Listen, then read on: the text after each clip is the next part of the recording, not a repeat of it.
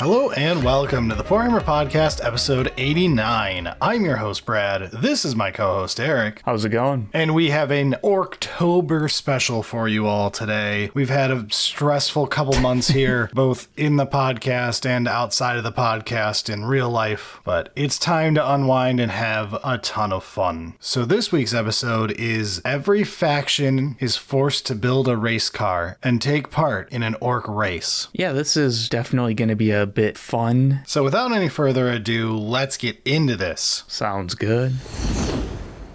So to set the scene for you all, Eric and I are going to be your announcer crew for this race. And to set up the setting, Gork and Mork have cursed all of the other factions to force them to humor the orcs and join in their crazy death race. Not only will you need to bring a fast vehicle, you're going to have to be able to fight and think on your feet and get through essentially a made-up game of Gork and Mork or Speed Freaks or whatever. Yeah, this is not a drag race in the strictest sense. It's more like the pod race scene in episode 1 of Star Wars, except good. With a lot of guns. Add the DACA. More DACA. DACA is good. And Anakin dies in a fireball. Yeah, this is very much like Mario Kart, but in Warhammer. So, with this setup, there is betting going on. As there always is. It's not just about how well someone is going to do, though. You can also bet on how many kills someone is going to be getting. That KD ratio is very important. Yes, it's a 40k race. First place isn't the only way to win. But don't worry if you don't know who to bet on or what to bet on yet. That's our jobs to tell you the current standings and who's popular. There's quite a few contestants in this race because, well, Gork and Mork made it so. So let's get into meeting our first contestants in this very factual, no funny business, very serious analysis episode. So to start things off, we've got the war boss behind this whole endeavor. The speed boss himself on a Death Killer war trike. As we all know, war bikes have a long history in orcs. And what makes a bike better? Adding an extra wheel. And you need it to carry around something the size of this boss. Yeah, that is absolutely true. And it also lets you put more fuel in it, and that means that you get to go faster. And room for more guns for more DACA. Always a good bonus. The speed boss himself is definitely one of the favorites in this contest, but I think he's going to have a bit of a target on his back just because, well, he's the speed boss. True, and most people won't be happy to be here. So killing the organizer is usually a great way to get revenge. That is indeed a possibility that some of these contestants will be looking for. So I'm going to say the boss is definitely going to get some kills. I won't say that he's going to be a favorite though, just because it's very likely he gets exploded at some point. I don't think it's a safe bet on the boss, as much as that might get you killed to mention out loud here. Yeah, but if he's going out the way he wanted, so good on him. But not to be outdone, the Snakebites actually have brought something. They managed to wrangle some mean-looking squig for their Hunter rig. Yeah, and the Hunter rig moves surprisingly fast. It's got a lot of boys on it. Yeah, which have some solid DACA, and honestly, the squig's pretty serious in it, just running things over and trampling them. And there's a Werboy on board, so like there's psychic power here too. That definitely adds a bit of fun.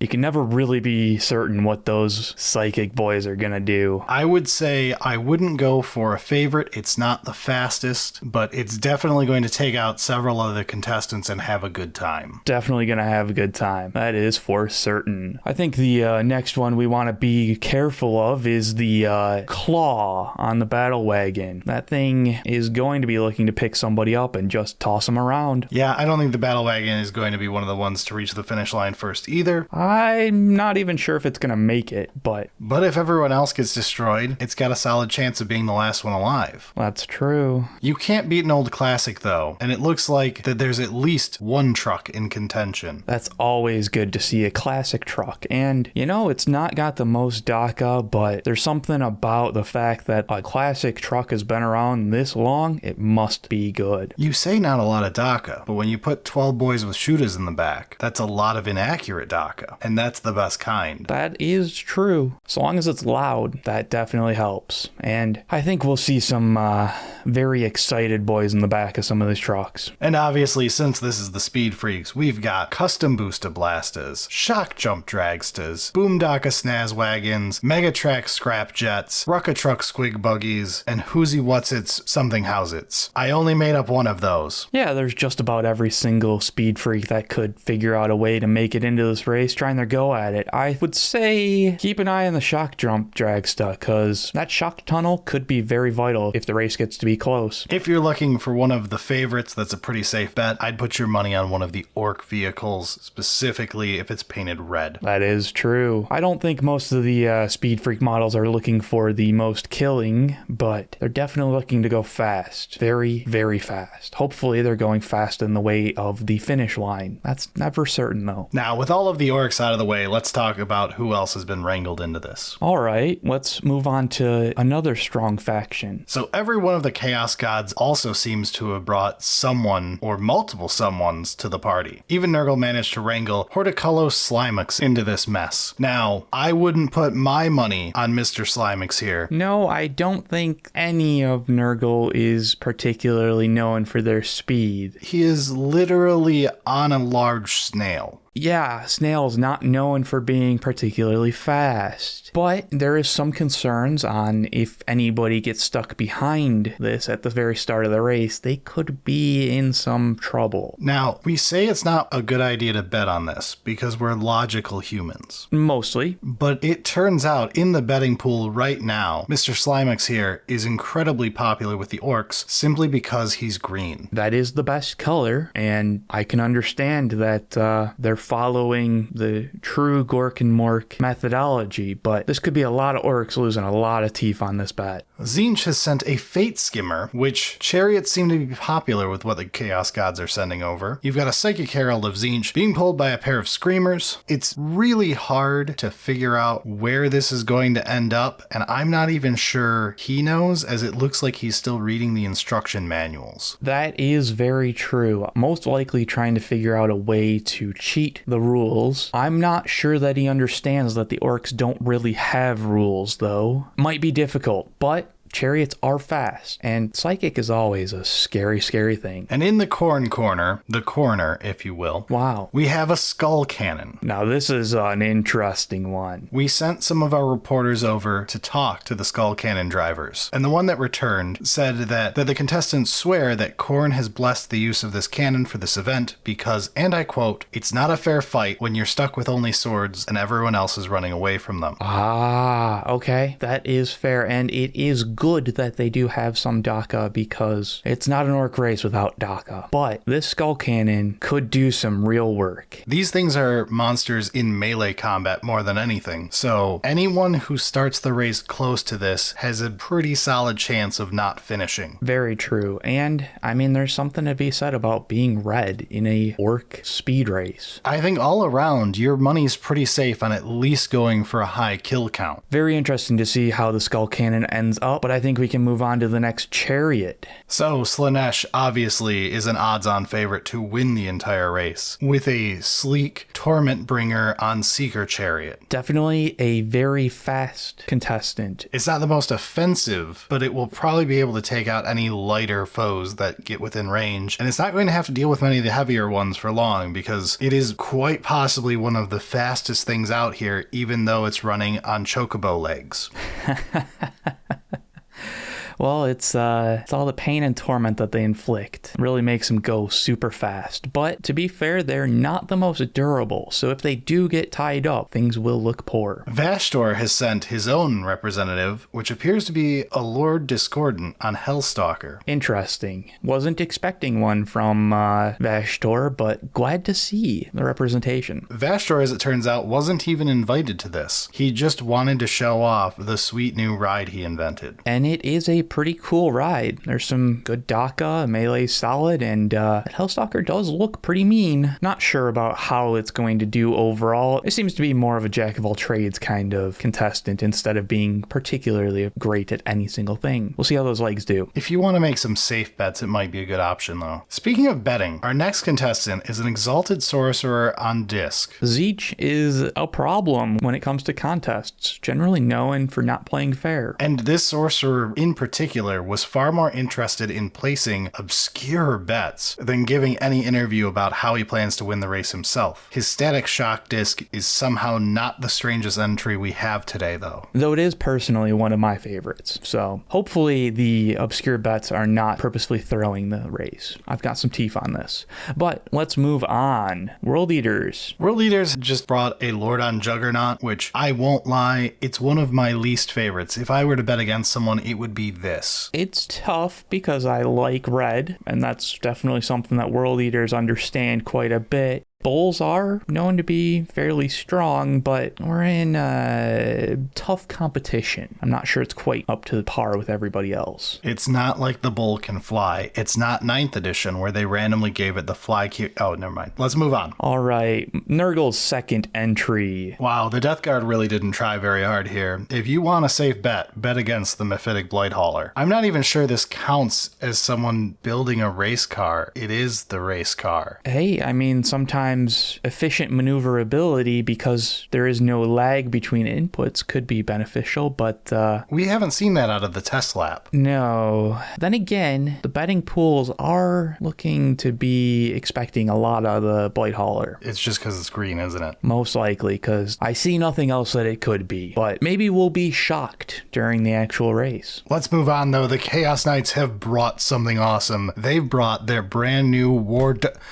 Oh, the War Dogs are out of stock again? They are. Have they been in stock in the last year for longer than 3 minutes? No, you see supply chain issues. Okay, well, we'll have to deal with the Night Rampager. It's shockingly fast on its feet, and it will absolutely blend anything that it touches. I do have some concerns on its speed for winning, just because I think it's going to be far more interested in grinding other contestants up than actually finishing the race, which could be a great option if you're looking on betting who's going to get the most kills. I do think it's pretty lucky for other contestants that it was a Night Rampager and not something that can kill them from a long range, because knights are horrifying, especially if you're just on a bike. Yeah, we've got the Farseer Skyrunners. These are interesting as contestants. It's incredibly fast as a vehicle, but after bragging that he already knew the outcome of the race, he was shocked to find that he was banned from placing bets. I do wonder if there is some collusion between him and the Exalted Sorcerer. We might need to look into that a bit further, but the Skyrunner is very fast. Up next, we have a literal clown car, the Starweaver by the Harlequins. I expect great things out of this. It should just be fantastic, and the Harlequins are known to do very interesting things. Not always what you would expect until after the event's already over, but definitely a dark horse if you're looking for one. And the orcs are sure to have a good time no matter what happens. Definitely going to be a crowd favorite. Up next, we have the Venom, which is brought by a bunch of Drukhari witches. The Eldari have never felt like a more unified force than when you jam all of their vehicles right next to each other for inspection. It's caused several people to confidently say that they put money on the Harlequins while holding up a voucher for a bet on the witches. That is definitely something to look out for, though I don't think the Venom is a bad bet to place. They do move quite quickly. And they play incredibly dirty. That is true. And, well, this race is expected to see quite a bit of that. Well, this is confusing. Our next one is just a bunch of normal humans. They're currently on union strike and trying to pass the time while they wait for the GM plan to... Never mind. Well, it could be a good underdog story. This Achilles Ridge Runner, though, that they brought, it's looking like it's got some custom red paint on it. That always helps. It's got just enough DACA that I think the orcs should be happy with it. I would say you've got a solid chance of at least entertaining the orcs, if not taking the whole thing. It's pretty agile, and it is very all-terrain looking, which is going to help a lot in a weird race on whatever planet Gork and Mork takes place on. I'm not Googling that mid-episode. That is true. true, and there is definitely many people that look at the Achilles Ridge Runner and think of the classic Ork truck. And everybody knows good old classics have place. So interested to see how this is going to do if they're able to fly under the radar long enough to snatch victory. What is this next contestant? I don't think this is a race car. It's more of a stage hazard than a contestant. This Moloch refused to show up for interviews and ate the crew we sent to find it. Is that what happened? I had wondered why we were several crews short. I would definitely bet against it winning the race because I suspect it doesn't even know there is a race. That's almost certain. But I would probably put it as high odds to get first place in kill count. That is true. It could very much upset the balance of this race by just popping out of the ground and eating some of the contestants. Maybe it doesn't even wait for the race to start. Ooh,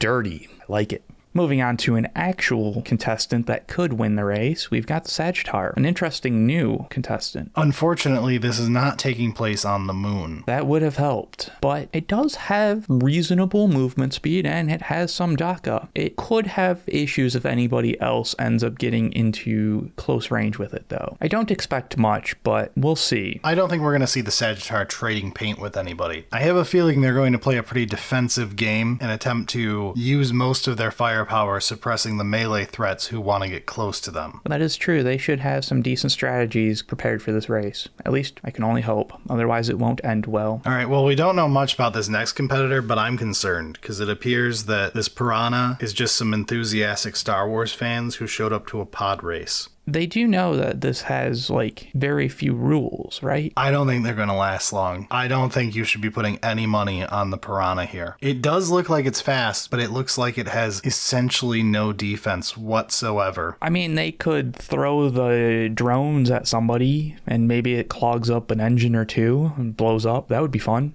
I hope that happens. That'll be great fun. But no, I don't expect much out of the Piranha. If they're looking to survive, I think they basically have to start firing their guns at the beginning of the race and hope it's entertaining enough for the orcs to keep them alive until they're out of range. That would be very true. That could be a great idea, but we'll see if it works out. Let's move on to the Necrons. What did they bring? This one was the shock. After being forced to send anything instead of just sending one of his subjects, the local overlord, being a showboat, brought his showboat. Fascinating. So we've got a catacomb command barge. It doesn't move very fast, and it doesn't have much offensive power, but boy oh boy is it packed with ego. I assume that there is a reason that this decision was made, at least I hope, because by the sheets and stats that we're looking at, it's not a particularly strong bet. I'm more concerned about it getting stuck pontificating at the beginning of the race, and not actually attempting to race, which may have been the plan all along. It's possible. Necrons aren't particularly known for their understanding of time frames that the rest of us do, so I don't know, we'll see. As the most common species in the universe by a wide margin, our next contestant has brought 3 different things to the race. Obviously, I'm talking about this overly numerous species that has far too many of its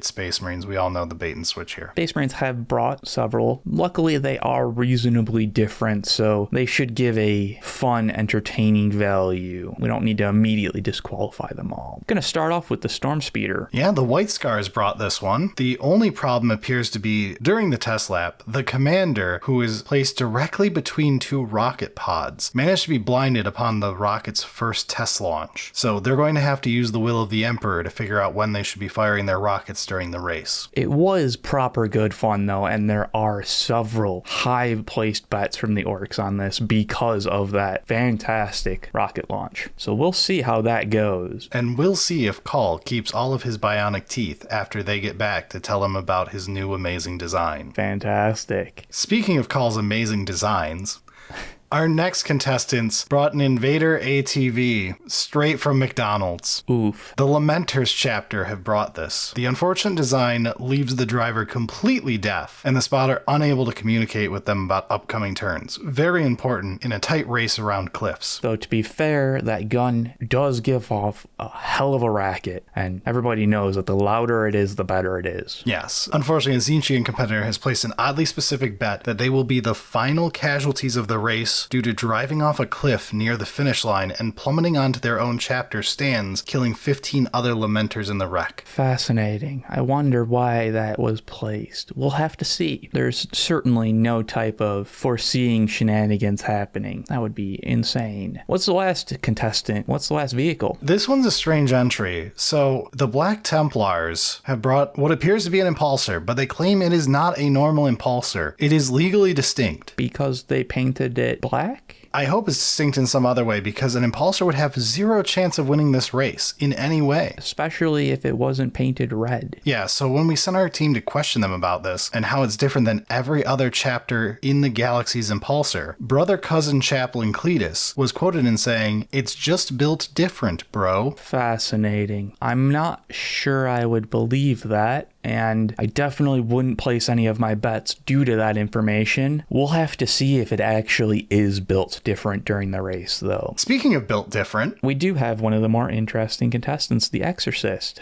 is showing up. It's a Rhino variant, which would normally mean it has zero chance of doing anything in this, but it has a pipe organ that is also a missile launch system. And that is one of the coolest things many of our Ork mechs have seen in quite a while, and I'm sure that there's many new modifications being made to their custom vehicles as we speak. I don't know that I would put any money on the Exorcist, but I'm certainly going to be watching it with interest during the race. Absolutely. This next one is... Oh my god, is that a baby? Find this thing's parents. There's a baby carrier out here. Eric, why does it look like your little brother's in it? Very well might be. I hope he's safe out there. Moving on.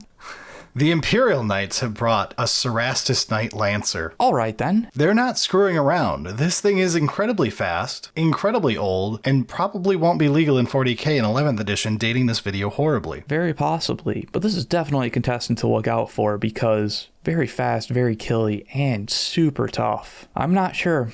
It could be tough. It depends on how much they actually want to win or if they're going to get into a grudge match with one of the other contestants. If they do, it will probably be the Chaos Knights, as is tradition. As is tradition. That could take out two very strong competitors right from the start. Speaking of a strong competitor, the Custodes sent a single custodian on a jet bike. It's not even the captain. It is a single Virtus Praetor. Just the one. Very arrogant. But with stats like these, you can be arrogant. It is true. I think I'd throw a bet at it just because of the sheer audacity. That is fair. It could be interesting. And either way, I am interested to see how the Virtus Praetor does. If it'll crash and burn right at the start and be humbled, or if it'll actually live up to the arrogance. It's painted gold, so either way, it's not making it out of here with all of its parts. Oh, absolutely not.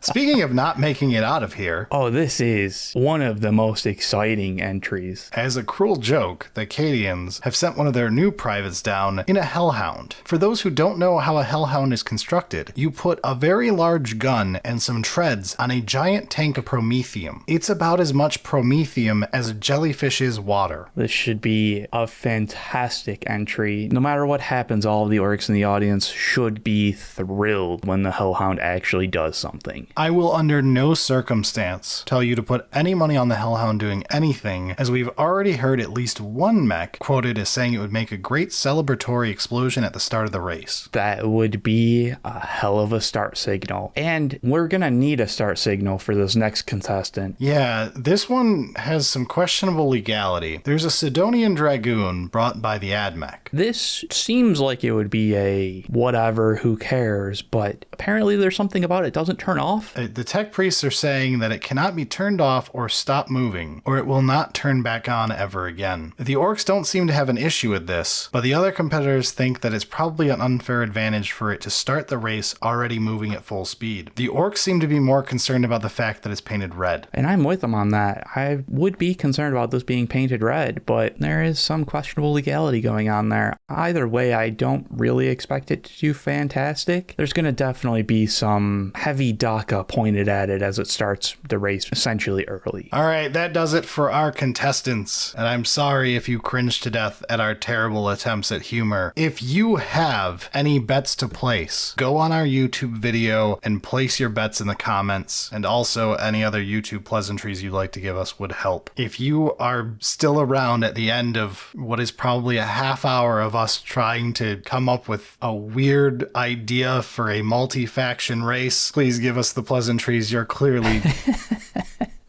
We deserve it at this point. You think it's bad having to listen to it. Just think of us who had to actually speak it. After I wrote it.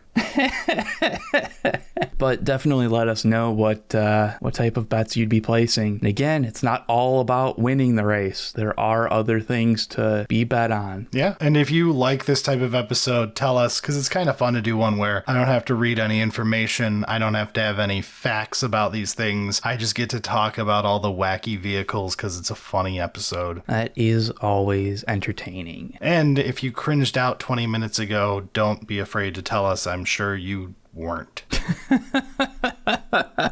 You never are, you pricks. Love you too. All right, that does it for this week's episode, though. Let's get out of here. Sounds good.